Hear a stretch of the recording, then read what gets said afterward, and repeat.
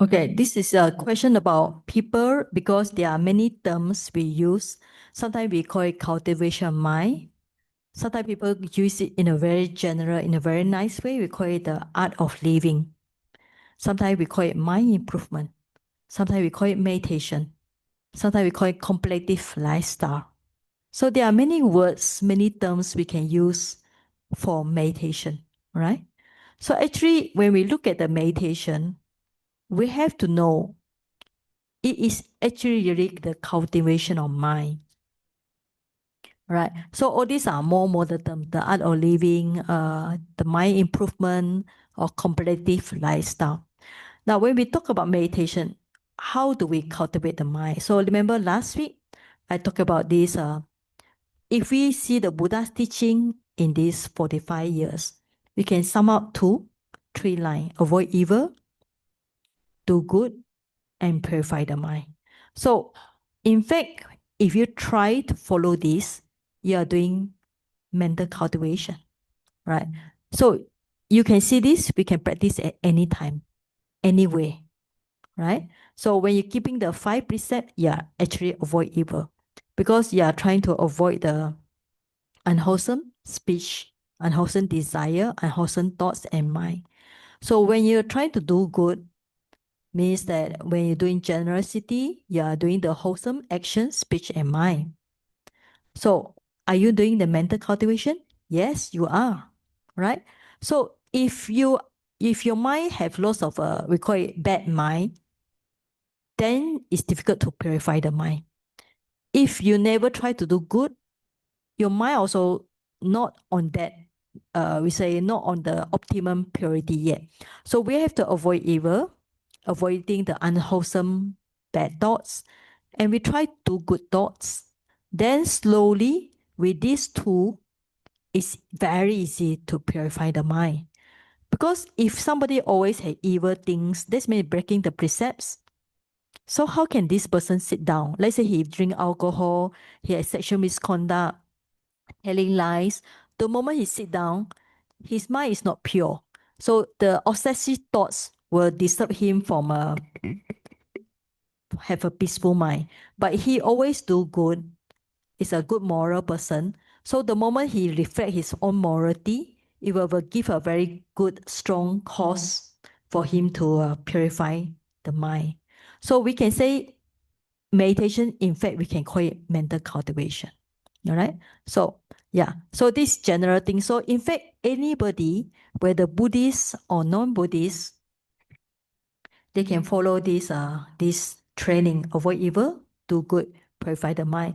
So that's why a lot of foreigners they like Buddhism because they can see it's applicable to their life. So that's why we nowadays we have other terms like arts of living, contemplative lifestyle. All right. But if we can understand meditation means cultivation of mind, that's good enough. But that is not enough. You still have to go one step further. Now, when you want to meditate, you need to have object. All right. So meditation needs, right? So what kind of object? So you need to know whether you're practicing samatha or vipassana. Because the object sometimes are same, but sometimes not same. For example, when you practice samatha, this is we call it, we have different terms. So we call it tranquility. Sometimes we call it the calm meditation. So what's the purpose? The purpose is to calm down the mind. But that's for the beginning. Ultimately is to gain to jhana, with the first jhana, second jhana, third jhana, fourth jhana. All right. So you need to know what is samatha means. You are trying to calm the mind to gain jhana. Okay, clear? But for vipassana, we call it insight meditation. Because you want to see the impermanent suffering non-self of the nama rupa, mind and matter. And the purpose is different from the samatha. Samatha is to calm down the mind, but vipassana is to reduce the defilements and to gain enlightenment. All right? So when you can see the difference between the samatha and vipassana, then you know, are you practice in the right way? Because some people, they practice for many years. They say, I don't know whether I am practicing the right way or not. They are confused. And because sometimes, I think in Malaysia, you have a lot of traveling monks and nuns. So they come here, they tell one thing, you practice, then they disappear.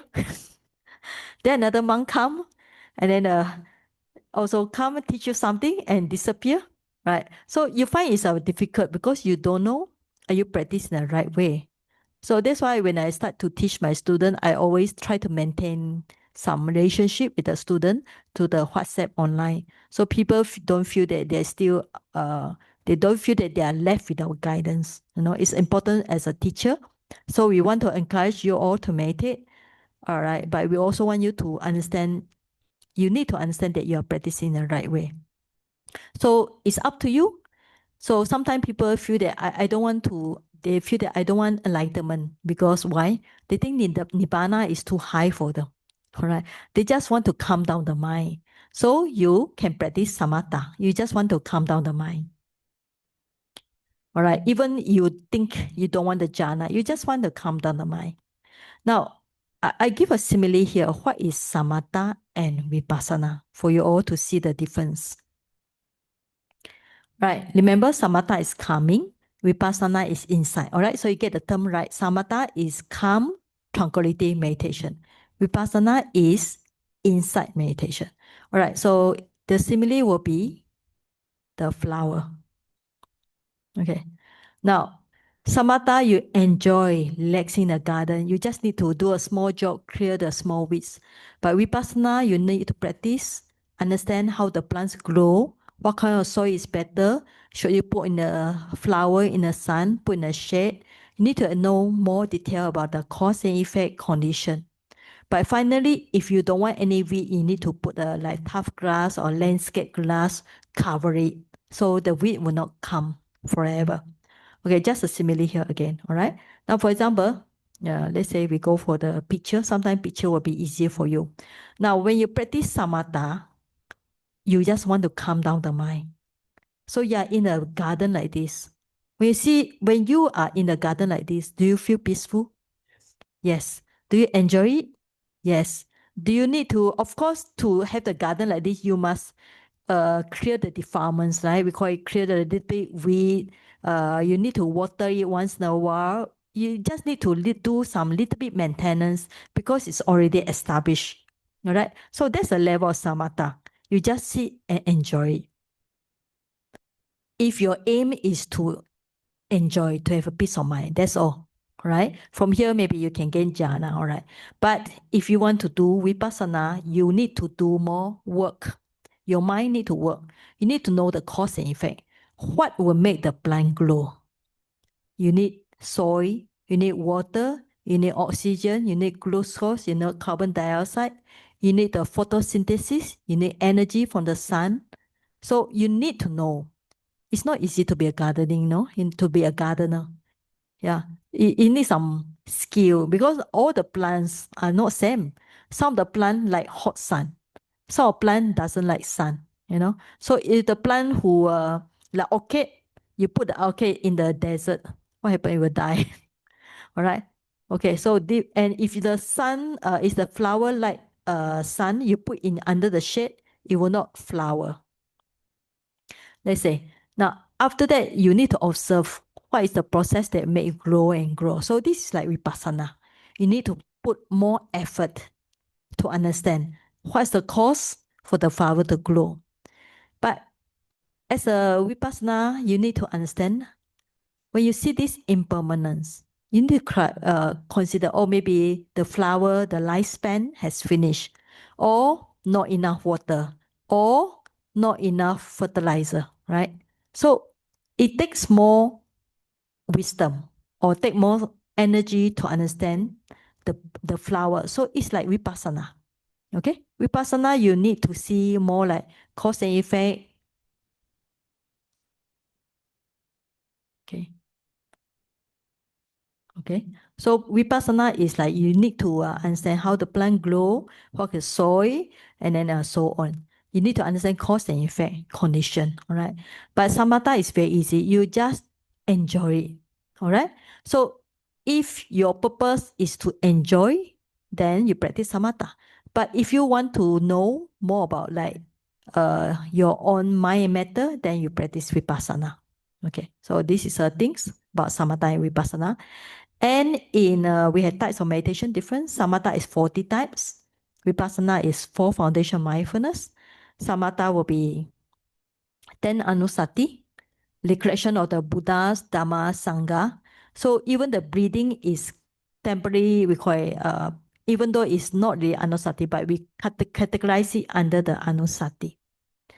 Then the 10 corpse is under like we call it the corpse decomposition, where the corpse become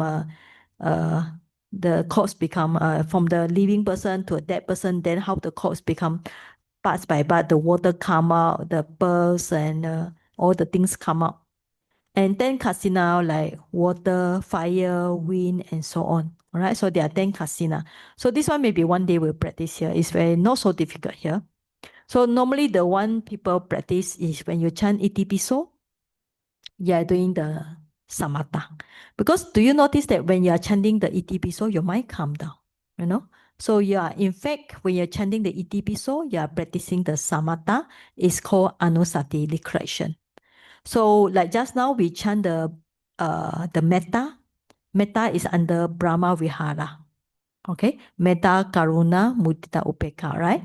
The 4 sublime state. So when you chant the metta, you notice that your mind also calm down because metta is also a samatha practice. All right? Okay. Then we can practice this one. We can practice this one. And when you're breathing, if you follow your breathing well, your mind also calm down. So samatha has 40 types. And when you're doing walking meditation, you are doing the 4 great elements like hardness, softness, heaviness, lightness when you're doing the walking meditation. Okay. Now, Vipassana is we follow the 4 foundation mindfulness, focus on the body, feeling, mind, and Dhamma. Okay. So now Vipassana means insight. We call it insight. Insight means you observe. Now, okay, now we have few terms, observe and knowing. What's the difference? It's actually quite same. Observe, knowing, except we don't think.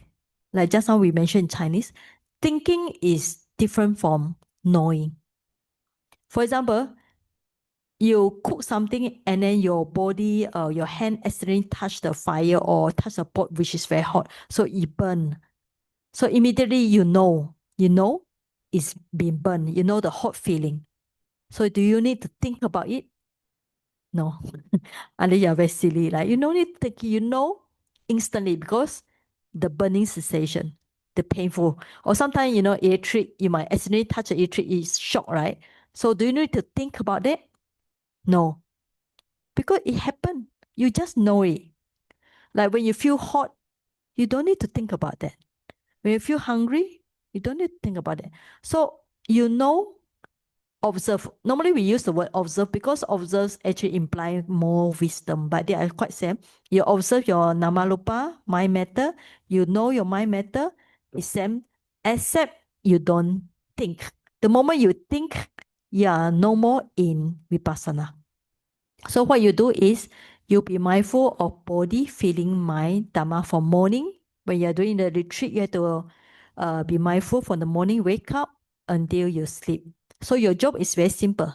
Know whether you're walking, standing, lying down, or you're eating, except you don't talk. Because the moment you talk, it will create more thoughts. All right? Okay. So you need to know the 40 types of samatha and vipassana. You need to know that we call it the meditation object or subject are different. Once you know different, then you know whether you are practicing in the right way. Okay? So whether you are doing the samatha or vipassana practice. All right, now for this samatha vipassana, we still have a little bit 5 minutes time. Anybody want to ask online student or you all here about samatha and vipassana? Okay. All right. If no question, I think we can start to practice now. All right.